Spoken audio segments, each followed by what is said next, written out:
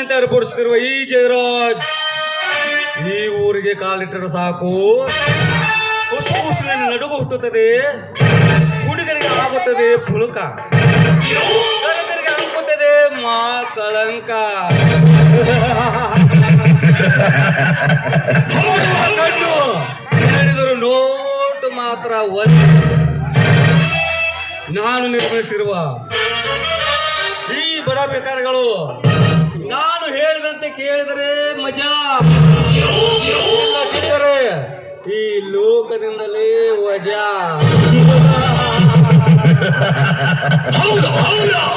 ಅಂದಾಗ ಈ ಜಯರಾಜನ ಮಾತನ್ನು ಕೇಳಿದರೆ ಎದುರಾಡಿದರಲ್ಲಿ ರಕ್ತ ಹೆಪ್ಪುಗಟ್ಟುತ್ತದೆ. ಅಂತದರಲ್ಲಿ ನಾನು ಕಟ್ಟುತ್ತಿರುವ ಈ ಪೆಟ್ರಿಗೆ ಅಡ್ಡವಾಗಿ ಬರುವನಲ್ಲ. ಆ ಗುರುನಿಂಗನ ಹೊಲ ಪಡೆಯಲು ಹೋದರೆ ಅಡ್ಡವಾಗಿ ನಿಂತಿರುವಲ್ಲ ಆ ಗುರುನಿಂಗನ ತಮ್ಮ ಅಜ್ಜ.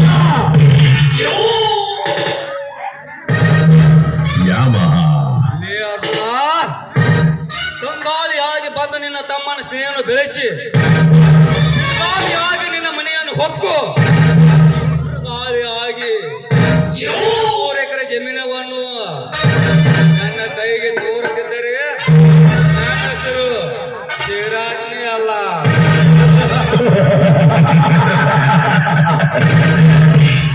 ಏ ಕುಲಕರ್ಣಿ,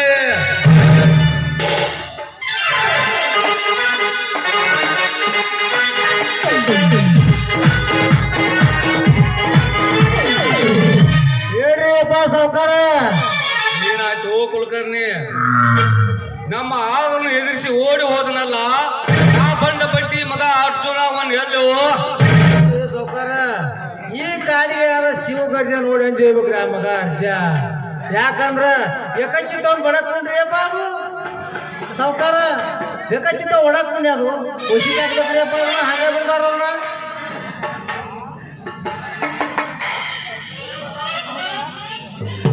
ಕುಲಕರ್ಣಿ, ಹುಸಿಗೆ ಹಾಕಬಾರದು. ಆ ಅರ್ಜುನ್ಗೆ ಚಿತ್ರಿ ವಿಷಯ ಕೊಟ್ಟು ಬರಬೇಕು. ಅಂದಾಗ ಈ ಜಯರಾಜ ಎಂತ ಇಸ ಸ್ವಲ್ಪ ಅನ್ನೋದು ಈ ಊರಿನ ಜನಕ ಗೊತ್ತಾಗಬೇಕು. ಅಂದಾಗ ಈ ಜಯರಾಜನ ಹೆಸರನ್ನು ಕೇಳಿದ್ರೆ ಈ ಊರಿನ ಜನಕ ಭಯ ಪಡಿಬೇಕು. ಸಾವುಕಾರ ಟೆಂಟೆ ಕೊಡ್ದೇನ್ರಿ ಸಾವುಕಾರ. ಎಲ್ಲಿ ಅವನ್ಯಾಗ ಹೋದ ಎಮ್ಮಿ ಕಡೆ ಐತ್ರಿ ಅಪ್ಪ ಮಳೆ. ಯಾಕಂದ್ರ ಎಲ್ಲಿ ಜನ ಹೆಚ್ಚಾಗದಿಲ್ಲ ಸಾವುಕಾರ. ಆ ಮಗು ನೆನ ಹೆಚ್ಚಾಗೈತ್ರಿ ಅಪ್ಪ ಸಾವುಕಾರ. ನೆನ ಹೆಚ್ಚಾದ ಮಾತ್ರಕ್ಕೆ ಈ ಊರಿನಲ್ಲಿ ನಂದೇ ರಾಜ ದರ್ಬಾರವನ್ನು ಮಾಡಲು ಬಂದಿರುವ ಆ ಅರ್ಜುನನಿಗೆ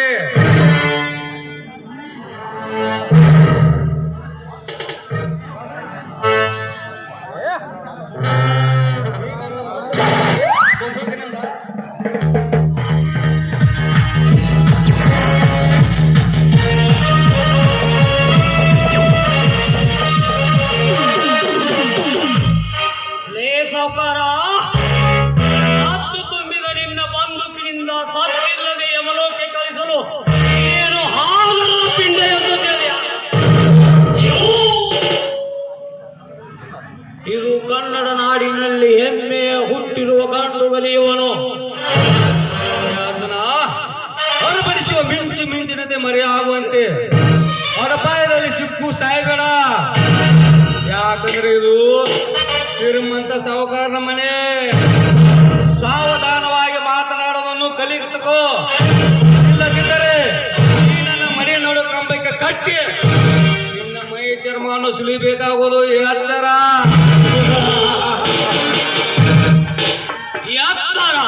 ಮೈ ಚರ್ಮ ಸುಲಿಯಲು ಇದೆಯೇನು ನೀನು ಸಾಕಿರುವ ಕುರಿಮರಿ ಅಂತ ತಿಳಿದ್ಯಾ? ಏ ಕೇರಳಿನ ಚೀನ ಇದು. ಅಂದಾಗ ನಿನ್ನ ಮದ ತುಂಬಿದ ಮದ್ದಾನೆಗಳನ್ನು ಬೆನ್ನಟ್ಟಿ ನಿಮ್ಮ ಹಸಿ ಮಾಂಸವನ್ನು ಹರಿದು ತಿನ್ನುವೆ. ಹೆಬ್ಬಲಿ ಹೆಬ್ಬಲಿಂದ ಕೊಬ್ಬಿನಿಂದ ಮಾತನಾಡಿದರೆ ಕಳಿಸಿ ಬಿಡ್ತಾನೆ. ಹುಷಾ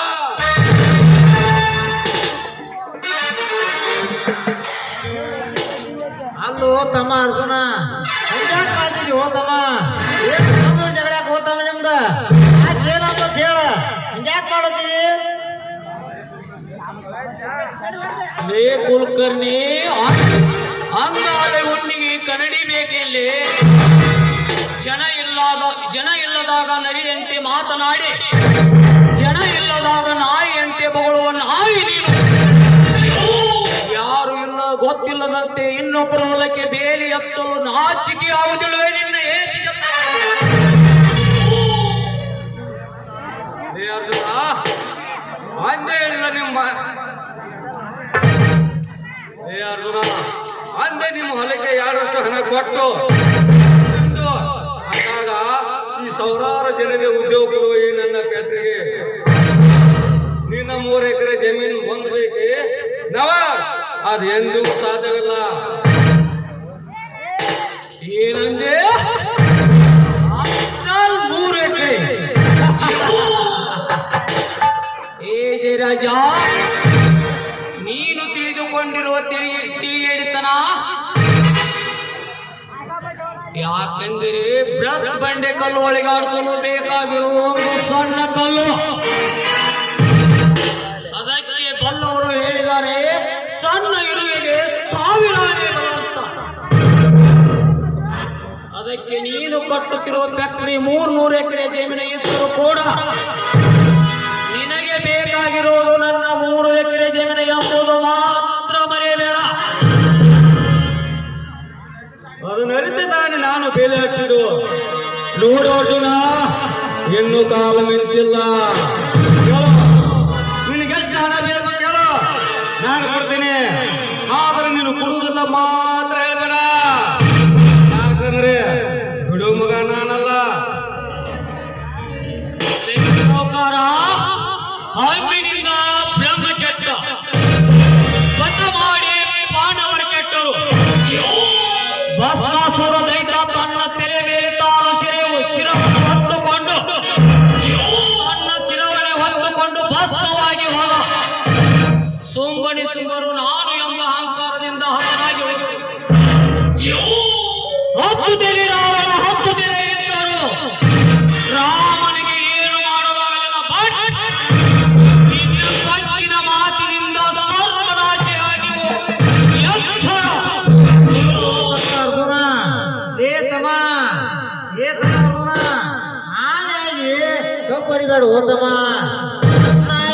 ಇರ್ಬೇಕು ಸಕ್ರೆ ಹೋತಮ್ಮ ಅರ್ಜುನ ನಮ್ದು ಜಗಳ ಹೋತಮ್ಮ ನಿಂದ ಏ ತಮ್ಮ ಜಗಳ ಬಗೆಹರಿಸಿ ಹೋತಮ್ಮ ನಮ್ದು ಜಗಳ ಹೋತಮ್ಮ ನಿಂದ ಅರ್ಜುನ ಯಾಕೆ ಹೋತಮ್ಮ ಲೇ ಕುಲಕರ್ಣಿ ಜಗಳ ಮಾಡಿದ್ದು ನೀವು ನಿಮ್ಮ ಸಾಕಾರ ಅಂದಾಗ ನೀವೇ ಬಗೆಹರಿಸಿ ಬಿಡಿ.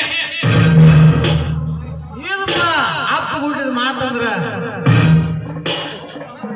ಅಲ್ಲೋ ತಮ್ಮ ಆಗಲೇ ಆನೆಗೆ ಕಬ್ಬು ಹೊಡಿಬಾರ್ದು ತಮ್ಮ ಸಣ್ಣ ಸಕ್ರೆ ಹೋತಮ್ಮ ಅರ್ಜುನ ಅಲ್ಲೋ ತಮ್ಮ ಒಟ್ಟ ನಿನ್ ಹೊಲಕ್ಕ ಒಟ್ಟು ಹೊಲಕ್ಕ ತಮ್ಮ 300 ರೂಪಾಯಿ ಕೊಡ್ತು ಹೋತಮ್ಮ ಅರ್ಜುನ 300 ರೂಪಾಯಿ ಕೊಡ್ತು ಅದಕ್ಕೆ ಏನಂತ ಹೋತಮ್ಮ ಅರ್ಜುನ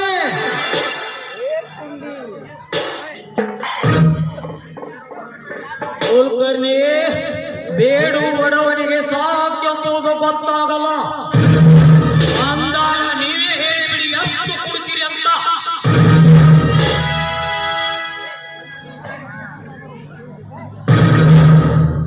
ದುಡ್ಡು ಕೊಟ್ಟರು ಈ ದುನಿಯಾದಲ್ಲಿ ಕುಲಕರ್ಣಿ ಎಷ್ಟು ಖರ್ಚು ಮಾಡಿದ್ರು ಪರವಾಗಿಲ್ಲ. ಬಟ್ ಆ ಹೊಲ ಬೇಕೆ ಅಷ್ಟೇ. ನೀನು ಮಾತನಾಡು. ನೋಡು ತಮ್ಮ ಅರ್ಜುನ ಯಾಕಂದ್ರ ಜಗಳಿ ಬೇಡ ಹೋತಮ್ಮ ಅರ್ಜುನ ಸಾವುಕಾರ ಯಾಕ ಜಗಳ ಬೇಡ ಹೋತಮ್ಮ ಜಗಳ ಯಾಕ ನೋಡ್ತಮ್ಮ ನಿನ್ನ ಒಟ್ಟ 3 ಎಕರೆ ಹೊಲಕ್ಕ ತಮ್ಮ 300 ರೂಪಾಯಿ ಕೊಡ್ತು ಏನಂತ ಹೋತಮ್ಮ ಅದಕ್ಕೆ ಅರ್ಜುನ ನೋಡ್ತಮ್ಮ ಯಾಕಂದ್ರ ನಿನ್ ತಮ್ಮ ಕಾಲಿಂದ ಕಾಲಿ ಕಲಿತಾನ ತಮ್ಮ ಒಂದ್ ನೌಕರಿನೂ ಕೊಡ್ತೀವ ಯಾಕಂದ್ರ ನಿನಗೊಂದ್ ಮಜಾ ಮಾಡ್ಲಾಕ ಹೆಣ್ಣು ಕೊಡ್ತೀವಿ ಹೋತಮ್ಮ ಅರ್ಜುನ ಲೇ ಕುಲಕರ್ಣಿ ಹೆಣ್ಣು ಹೆಂಡಕ್ಕೆ ಹೊಲಸುತ್ತೆನ್ನುವ ಕೆಲಸ ಮಾಡುವ ಈ ಅನ್ನದಾತ ಅಂದಾಗ ಇನ್ನೊಮ್ಮೆ ಇಂಥ ಹಲಕಟ್ಟು ಮಾತು ಎತ್ತಿದರೆ ಮಗನ ಬಿಸಿ ಎತ್ತರವನ್ನು ಕುಡಿತೀನಿ. ಮಗ ಯಪ್ಪ ಬಂದು ನನ್ನ ಏ ತಮ್ಮ ಮುದುಕ್ ಮಾಡಿಸ ಮನಸ್ಸಾಕ ಹೋತಮ್ಮ ಏನೋ ಬಾಯ್ತಿಗೆ ಮಾತಾಡ ಹೋತಮ್ಮ ಹಂಗ ಬಡ್ಡಿ ಮೇಲೆ ಎತ್ತಿ ಹೋತಮ್ಮ ಬರ್ರಿ, ನೀವು ನಿಮ್ಮ ಸಹಕಾರ ನನ್ನ ಹೊಲಕ್ಕೆ ಬೆಲೆ ಕಟ್ಟಿದರೆ ನಿಜ, ಆದರೆ ನಂದು ಒಂದು ಕಂಡೀಷನ್, ಅದರ ಒಪ್ಪಿದರೆ ಮಾತ್ರ ನಾನು ರೆಡಿ. ನೋಡು ಹೋತಮ್ಮ ನೀ ನೋಡು ಹೋತಮ್ಮ ನನ್ನ ಮಾತು ಅಟ್ಟ ಸಾಕು ಹೋತಮ್ಮ ನನ್ನ ಜೀವ ಮ್ಯಾಲ ಹೋಗಿ ಕೆಳಗೆ ಬಂದಾಗ ಹೋತಮ್ಮ ಅಲ್ಲ ಹೋತಮ್ಮ ಏನಂತಿ ಅಲ್ಲ ಹೋತಮ್ಮ ಏನಂತಿ ಹೇಳ್ಬಿಡೋದ ಹೊಲಕ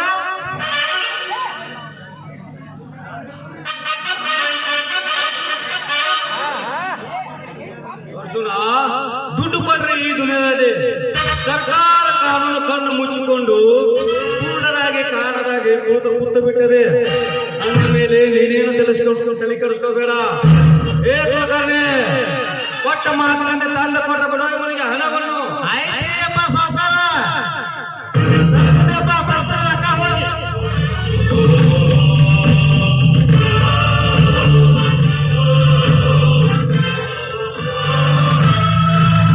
ನೋಡಮ್ಮ ಅರ್ಜುನ ಅರ್ಜುನ ಇದ್ರಾಗ 3 ಲಕ್ಷ ಅದಾವ ತಮ್ಮ ತಮ್ಮ ಇದ್ರಾಗ ತಮ್ಮ 3 ಲಕ್ಷ ರೂಪಾಯಿ ಅದಾವ. ಯಾಕಂದ್ರ ಇಲ್ಲಿ ಮಡ್ಯಾಗ ಊರೇ ಚಸ್ಕೊಳಿಕ್ ಮಂದಿ ಬಾಳ ಐತಿ ನಮ್ಮ ಎಣಸ್ಕೋ ರೊಕ್ಕ ಹುಷಾರ್ಲಿ. ಯಾಕಂದ್ರ ಕಸ್ಕೋರತ್ರಿ ನೀ ಹೋಗುದಕ್ಕ ತಮ್ಮ ಮ್ಯಾಲ ಮಾಡಿ ತುಗ ಎಣಸ್ಕೋ ರೊಕ್ಕ. ಕುಲಕರ್ಣಿ, ನಾ ಮೊದಲೇ ಹೇಳಿದ್ದಲ್ಲವೇ, ನನ್ನ ಕಂಡೀಷನ್ಗೆ ಒಪ್ಪಿದರೆ ಮಾತ್ರ ನಾನು ರೆಡಿ ಅಂತ. ಏ ಮತ್ತೇನು ನಿನ್ನ ಕಂಡೀಷನು?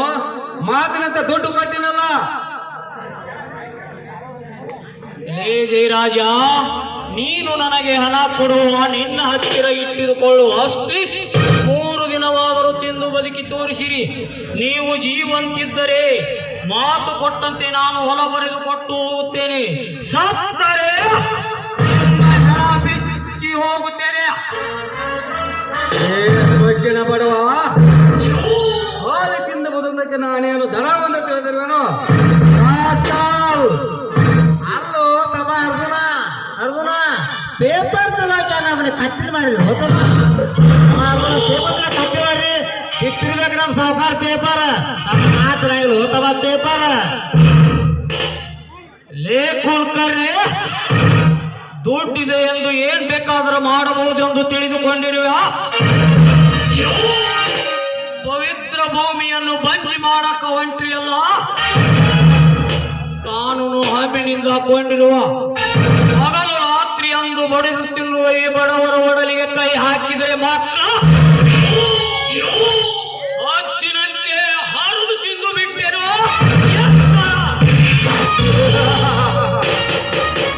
ಅರ್ಜುನ, ಲೇಸಕ್ಕಿನ ಬಡವ, ಹದ್ದಿನಂತೆ ಹರಿದು ತಿನ್ನಲು ಬಂದರೆ ನಿನ್ನ ಕೊಬ್ಬಿದ ದೇಹವನ್ನು ತುಂಡಾಗಿ ಕತ್ತರಿಸಿ ಯಾರು ಸಾಕಿದ ನಾಯಿಗೆ ಹಂಚಬೇಕಾಗುವುದು ಎತ್ತರ.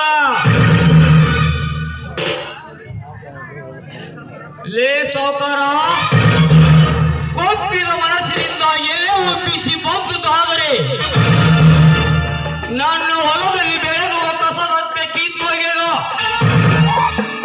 ಕಾಲಿನಿಂದ ಹೊರಗೆ ಹಾಕಬಲ್ಲೆ.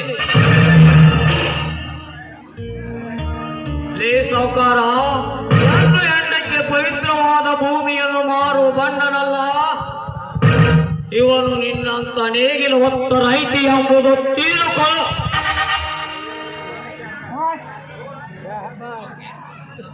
ತೂ ನಿನ್ನ ಜನ್ಮಕ್ಕೆ ಬೆಂಕಿ ಹಾಕ.